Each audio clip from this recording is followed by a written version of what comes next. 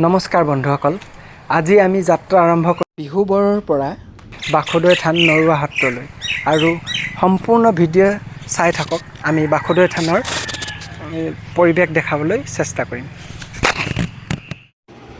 আমি এতিয়া মৰাণ বাইপাছ পাইছোঁহি, গৈ আছোঁ, আগলৈ চাই যাওক। পাইছোঁ এতিয়া বগীবিল দলং। বৰ্তমান আমি বগীবিল দলঙৰ ওপৰত গৈ আছোঁ, মানে পাৰ হৈ গৈ আছোঁ আৰু লগত আমাৰ সকলো সংগী আছে। অকণমান ব্ৰহ্মপুত্ৰখনৰ নাজাৰাটো দেখাই দিয়া দুয়োফালে।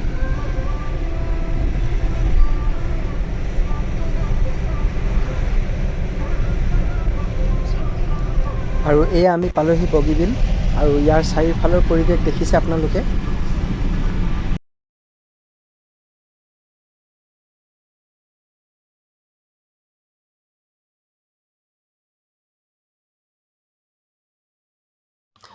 ইমান দূৰ বাট অতিক্ৰম কৰি অহাৰ পাছত বগীবিলত কিছু সময় জিৰণি লৈ আৰু ইয়াৰ প্ৰাকৃতিক সৌন্দৰ্য উপভোগ কৰি আমি আকৌ আগবাঢ়িলোঁ বাসুদেৱ থানলৈ বুলি। আৰু ইয়াতে এটা মই কথা ক'ব বিচাৰিছোঁ বন্ধুসকল, মই কোনো প্ৰফেশ্যনেল ইউটিউবাৰ নহয়, তথাপিতো মই য'লৈকে যাওঁ তাৰ মেমৰিবিলাক সাঁচি ৰাখিবলৈ চেষ্টা কৰোঁ। আৰু এয়া আমি আহি পাইছোঁহি ধেমাজি টাউন। এয়া ধেমাজি টাউনৰ কিছু দৃশ্য।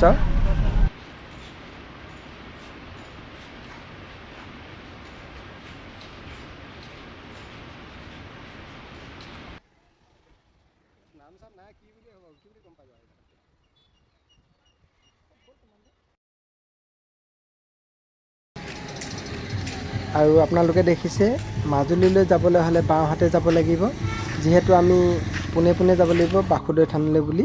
আৰু আমি গৈ আছোঁ, কিছু সময়ৰ পাছতে আমি পামগৈ বাসুদেৱ থান।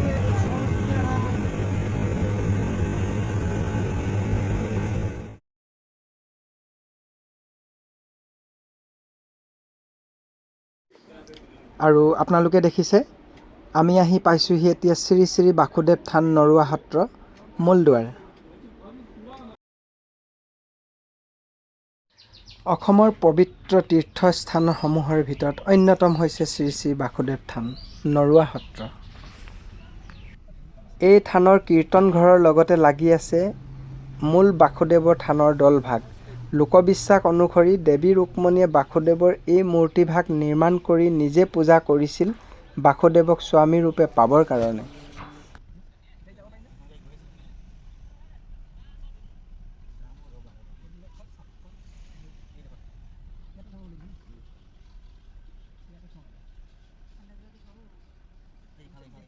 পবিত্ৰ ভাদ মাহত আমি আহি বাসুদেৱ থানত উপস্থিত হৈছোঁহি, আৰু বাসুদেৱ থানৰ চাৰিওফালৰ কিছু পৰিৱেশ আপোনালোকক দেখাবলৈ চেষ্টা কৰিছোঁ। আৰু এয়া চাওক আমাৰ বাসুদেৱ থান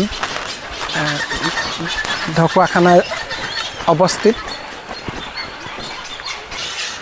এয়া হ'ল শ্ৰী শ্ৰী বাসুদেৱ থান নৰুৱা সত্ৰ। আৰু ইয়াৰ মনোমোহা দৃশ্য আপোনালোকক দেখুৱাবলৈ চেষ্টা কৰিছোঁ। আৰু লগতে মোৰ প্ৰিয় বন্ধু, তেখেতে কিবা দুআষাৰ ক'বলৈ অনুৰোধ কৰিছোঁ। ক'বলৈ কিনো আছে, খুবেই ভাল লাগিল। পবিত্ৰ স্থানত আহি ভাল লাগিছে। ভগৱানৰ কৃপাত আমি আহি আজি এই স্থানত উপস্থিত হৈছোঁহি। যি কি নহওক, কিছু ভক্তি আশাৰ বলত ইয়াত আমি উপস্থিত হৈছোঁহি। বিশেষ ক'বলৈ নাই, আপোনালোকে ইয়াৰ দৃশ্যও উপভোগ কৰক। হয়, মোৰ বন্ধুৱে ইতিমধ্যে ক'লেই যে ভগৱানৰ ঠাইত আহিবৰ কাৰণে এনেই কোনোবা আহিম বুলি ক'লে সঁচাকৈ আহিব নোৱাৰে, নিশ্চয় ভক্তি আৰু আশীৰ্বাদ লাগিব। এয়া সত্ৰৰ কিছু দৃশ্য আপোনালোকক দেখাবলৈ চেষ্টা কৰিছোঁ।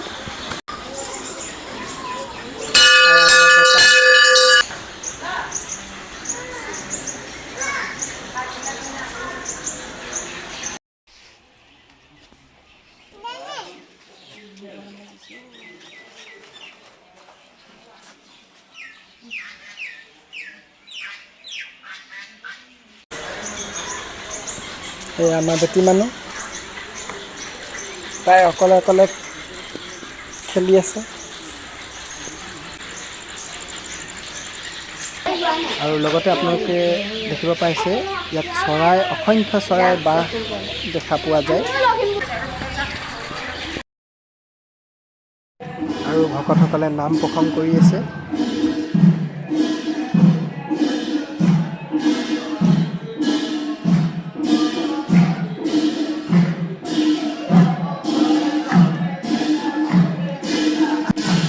আৰু এয়া সত্ৰভাগৰ মণিকূটৰ কিছু দৃশ্য।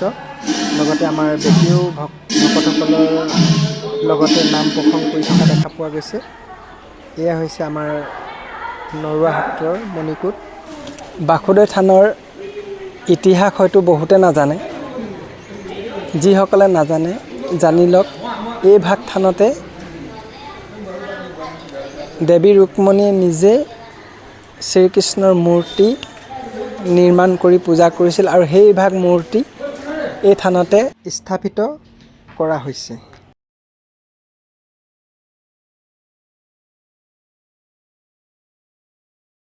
প্ৰভু, এই মন্দিৰ ভাগৰ বিষয়ে আৰু থান ভাগৰ বিষয়ে দুআষাৰ যাতে কওক, ৰাইজেও জানিব বিচাৰে ইয়াৰ ইতিহাসৰ বিষয়ে চমুকৈ। হয় হয় হয়, বৰ ভাল কথা। আপোনাসকলে জানিবলৈ বিচৰাৰ কাৰণে অশেষ ধন্য মানিছোঁ। বিশেষকৈ ইয়াত দুটা অনুষ্ঠান জড়িত হৈ আছে, সংপৃক্ত হৈ আছে। এক হ'ল বাসুদেৱ থান, নৰুৱা সত্ৰ। বাসুদেৱ থানটোৰ বিষয়ে, থানৰ সম্পৰ্কত ক'বলৈ গ'লে আপোনাৰ খ্ৰীষ্টপূৰ্ব 500 শতাব্দীতেই এই বিষ্ণু পূজা অৰ্চনা এই উত্তৰ পূৰ্বাঞ্চলত, মানে আমাৰ লখিমপুৰ জিলাৰ ধেমাজিকে আদি কৰি একেবাৰে ইয়ালৈকে, আমাৰ ঘিলামৰালৈকে এই অঞ্চলত বাসুদেৱ পূজা, সেৱা পূজা চলি আছিল বুলি আমাৰ ইতিহাসে কয়। আৰু ইয়াতেই সেইকাৰণে সেই বাসুদেৱ পূজাৰ অৰ্থেই এজন ৰবিদেৱ বাসস্পতি নামৰ এজন লোকক চুতীয়া ৰজা লক্ষ্মীনাৰায়ণ সিংহই 200 বিঘা মাটি তেওঁক তাম্ৰপত্ৰ কৰি দিছিলে বুলি ইতিমধ্যে সেই তাম্ৰপত্ৰখন 1223 খ্ৰীষ্টাব্দৰ সেইখন ইতিমধ্যে যাদুঘৰত সংৰক্ষিত হৈ আছে। আৰু সেইফালৰ পৰা আমি জানো যে ইয়াত বাসুদেৱ পূজা তেতিয়াৰ পৰা চলি আছিল। সেই চলি থকা সেই মূৰ্তিখনেই মই কৈ আহিছোঁ যে সেই মূৰ্তিখনেই এটা সময়ত ৰবিদেৱ বাসস্পতিৰ পৰিণাতি। ৰবিদেৱ বাসস্পতি বুঢ়া হ'ল, তেখেতৰ কোনো সতি সন্ততি নাছিল। সেইকাৰণে থান বাসুদেৱ পূজা অৰ্চনাত তেখেতৰ ব্যতিক্ৰম হোৱাৰ কাৰণে আমাৰ শংকৰদেৱৰ পৰিণাতি দামোদৰদেৱৰ নাতি ৰমাকান্ত আতাক তিলকুশ উচৰ্গি সেই মূৰ্তিভাগ উচৰ্গা কৰিলে বুলি ইতিহাসে কয়। সেই এটা বাসুদেৱ থান। আৰু এটি হ'ল নৰুৱা থান, হ'ল বাসুদেৱৰ এই ৰজা জয়ধ্বজ সিংহই, আহোম ৰজা জয়ধ্বজ সিংহই সপোনত দেখিছিলে। আমাৰ হৰিনাৰায়ণ দ্বিজৰ ঠাকুৰ চৰিত যিখন, তাত উল্লেখ আছে যে ৰাতিভাৱে ভাগে দেখিলোঁ সপোনৰ উত্তম, বাসুদেৱ নামৰ এইটো পৰম গ্ৰহণ, অপুত্ৰ পুত্ৰকে পাই নিধনীয়ে ধন। এই সপোন দেখি বৰদোৱাৰ পৰা দামোদৰ আতা মানে মহাপুৰুষ শংকৰদেৱৰ পৰিণাতি, পুৰুষোত্তম ঠাকুৰৰ পুত্ৰ, সেই তেওঁক মতাই আনি ক'লে যে আপুনি ঠাই চাই দিয়ক, মই আপোনাক থান পাতি দিম। তেতিয়া দামোদৰ আতাই দুখন ঠাই চালে। এক হ'ল নৰুৱা থান, বৰ্তমান ধেমাজি, আৰু ইখন হ'ল সোৱণশিৰিৰ পাৰত চাৰিভাগী সত্ৰ বুলি কৈছিলে। এই দুখন সত্ৰ ঠাই চাই দিয়াৰ পাছত জয়ধ্বজ সিংহ ৰজাই মানুহ পঠাই শদিয়াৰ পৰা বিষ্ণু মূৰ্তি অনাই এই সত্ৰ দুখন স্থাপন কৰি দিছিলে। এই সত্ৰ দুখন স্থাপন কৰি দামোদৰদেৱক দিয়াৰ পাছত দামোদৰ আতাই বহুকাল থকাৰ পাছত তেওঁ বৰদোৱালৈ গ'লগৈ। বৰদোৱাৰ আমি ইতিহাস চালে পাওঁ, ইয়াৰ পৰা গৈ বৰদোৱা থান আকৌ হাবি জংঘল কাটি মুকলি কৰিছে, বালি সত্ৰ মুকলি কৰিছে, এইখিনি ইতিহাসে কয়। তাৰপিছত বহুকাল তেখেতে অহা নাই। তাৰপিছত তেখেতৰ নাতিসকল ইয়ালৈ আহিছে। এই দুইখন থান মহাপৰিভৰে চলাই আছিলে। কিন্তু সেই ৰমাকান্ত আতাৰ মূৰ্তিভাগ আৰু তাৰ পৰা অনা মূৰ্তিভাগ এই চাৰিভাগী সত্ৰতে আছিলে। চাৰিভাগী সত্ৰখন সোৱণশিৰীয়ে খহাই নিলে। খহাই নিয়াত শিৱসিংহ ৰজাৰ দিনত ৰমাকান্ত আতাৰ পৰিণাতি ৰামচন্দ্ৰ আতাই গৈ শিৱসিংহ ৰজাক ক'লেগৈ যে পূৰ্বজয়ত ধ্বজা ৰজা দিয়া আছে যিটো ভূমি তাহাক অধিকক খহাই নিল, গতিকে মোক এতিয়া নতুন ঠাই দিব লাগে কোনোবা ঠাইত। এই বুলি কোৱাত এইখন ঠাইত শাসন কৰিলে। তাৰ পৰা সোৱণশিৰি তীৰৰ পৰা উঠাই আনি ইয়াত স্থাপন কৰিলে। ইয়াত দুইভাগ মূৰ্তি আছিলে, সেই হেৰিয়াত দিয়া ৰবিধৰ বাসস্পতিয়ে দিয়া আৰু জয়ধ্বজ সিংহই আনি দিয়া দুইভাগ মূৰ্তি। কিন্তু মানৰ উপদ্ৰৱত এই সৰুভাগী মূৰ্তি সেই পুখুৰীতে পেলাই থৈ ডাঙৰ ভাগ মূৰ্তি থৈ গুচি গ'ল ইয়াৰ পৰা, আৰু গোসাঁইসকল বৰদোৱালৈ গুচি গ'লগৈ ইয়াৰ পৰা মানৰ ভয়ত। আহি গোটেই মন্দিৰ মূৰ্তি সকলো ভাঙি পেলালে। ইয়াত বহুকাল প্ৰায় দুটা পুৰুষৰ পাছত পুনৰ ঐচ্যুততাই সেই ভগ্নপ্ৰায় সত্ৰখন আহি মুকলি কৰিলে ইয়াত। সেই তেতিয়াৰ পৰাই বাসুদেৱ থান আজিলৈকে এনেধৰণে চলি আছে।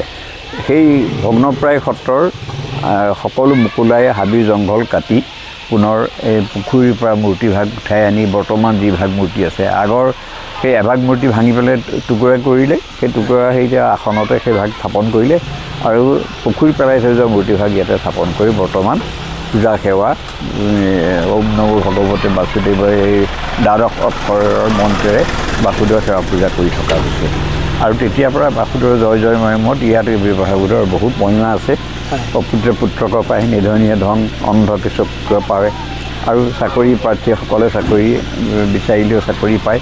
আৰু এনেকৈ দুখে সুখে বেমাৰে আজাৰ সকলো সময়তে বাসুদেৱ যেতিয়া নিয়মমতে আৰাধনা কৰে বাসুদেৱে সেই ফল দিয়ে। সেইকাৰণে হাজাৰ বিজাৰ মানুহৰ প্ৰতিদিনাই বাসুদেৱলৈ আহে। আৰু এই বাসুদেৱ থান তেতিয়াৰ পৰা এইদৰে মহাপৰিভৱেৰে চলি আছে। ইয়াত 3টা উৎসৱ বিশেষ ধৰণে হয়। দৌল উৎসৱ হয়, আৰু মাঘৰ পূৰ্ণিমাত মাঘী পালনাম হয়, আৰু ৰাস পূৰ্ণিমা হয়।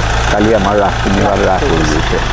এইদৰে বাসুদেৱ থান আৰু একাদিক্ৰমে এই আমাৰ নামঘৰ ফলকখন আহি থৈ আছে। সি যাতে সত্ৰাধিকাৰসকলৰ একাদিক্ৰমে একাদশ সত্ৰাধিকাৰ এতিয়া যিজনক পালে তেখেত হ'ল ভূপেন্দ্ৰ দেৱ গোস্বামী, একাদশ তেখেত সত্ৰাধিকাৰ। গতিকে সেই দামোদৰ দেৱৰ পৰা এতিয়ালৈকে আমাৰ একাদশ সত্ৰাধিকাৰ আমাৰ ভূপেন্দ্ৰ দেৱ গোস্বামী আৰু ডেকা সত্ৰাধিকাৰ ভূপেন্দ্ৰ দেৱ গোস্বামী। এই দুয়োজনৰ তত্ত্বাৱধানত সত্ৰ পৰিচালনা হৈ আছে। আৰু সুন্দৰভাৱে এখন সমিতি আছে ইয়াত, পৰিচালনা সমিতিয়ে পৰিচালনা কৰি আছে। আৰু যথেষ্ট ইয়াত শিষ্যবৰ্গ যথেষ্ট হৈছে। বিশেষকৈ জনজাতিসকলৰ বৰ অগাধ বিশ্বাস, জনজাতি সম্প্ৰদায়ৰ লোকৰ অগাধ বিশ্বাস। তেখেতসকলে বাসুদেৱক যিকোনো মুহূৰ্ততেই বিপদে আপদে তেখেতসকলে সেৱন কৰে আৰু বাসুদেৱে সেইদৰে ফল দিয়ে।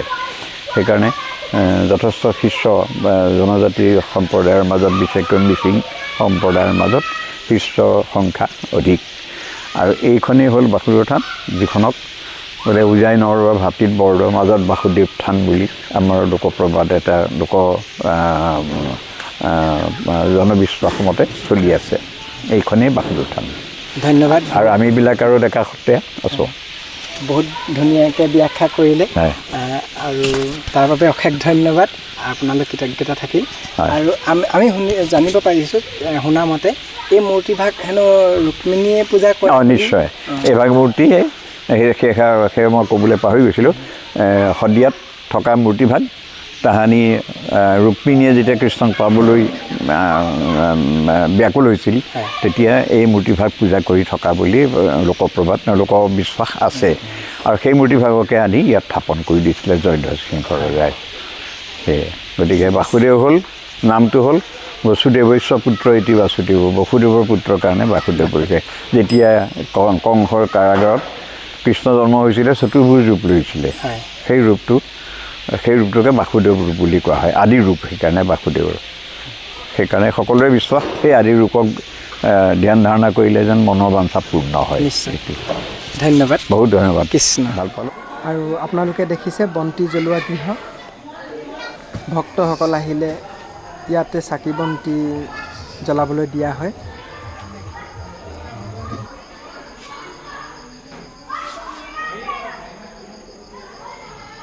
বাসুদেৱ থানৰ কীৰ্তন ঘৰৰ লগতে লাগি আছে এই ভাগ দল, আৰু এই দলৰ ভিতৰতে আছে মূৰ্তিভাগ। আহিব আপোনালোকেও। বাসুদেৱক দৰ্শন কৰি মন তৃপ্ত হৈ যায়। কিয়নো নহ'ব, কাৰণ স্বয়ং ৰুক্মিণী দেৱীয়ে পূজা কৰা মূৰ্তিভাগ ইয়াত বিৰাজমান। আৰু দৌলভাগৰ ভিতৰৰ ভাগ যিহেতু আমি আৰু কেমেৰা মোবাইল নিব নোৱাৰোঁ, ইয়াত আপোনালোকে চাইনবৰ্ডত দেখি পাইছে বাসুদেৱৰ মূৰ্তি ফটো লোৱা নিষেধ। সেয়েতো ইয়াৰ পৰা আমি ভিডিঅ' সামৰণি মাৰিব লাগিব। আৰু এয়াই আছিলে অসমৰ খুবেই জাগ্ৰত আৰু জনপ্ৰিয় বাসুদেৱ থান। যদি ভাল লাগিলে তেন্তে লাইক, কমেণ্ট আৰু ছাবস্ক্ৰাইব কৰিবলৈ নাপাহৰিব। ধন্যবাদ।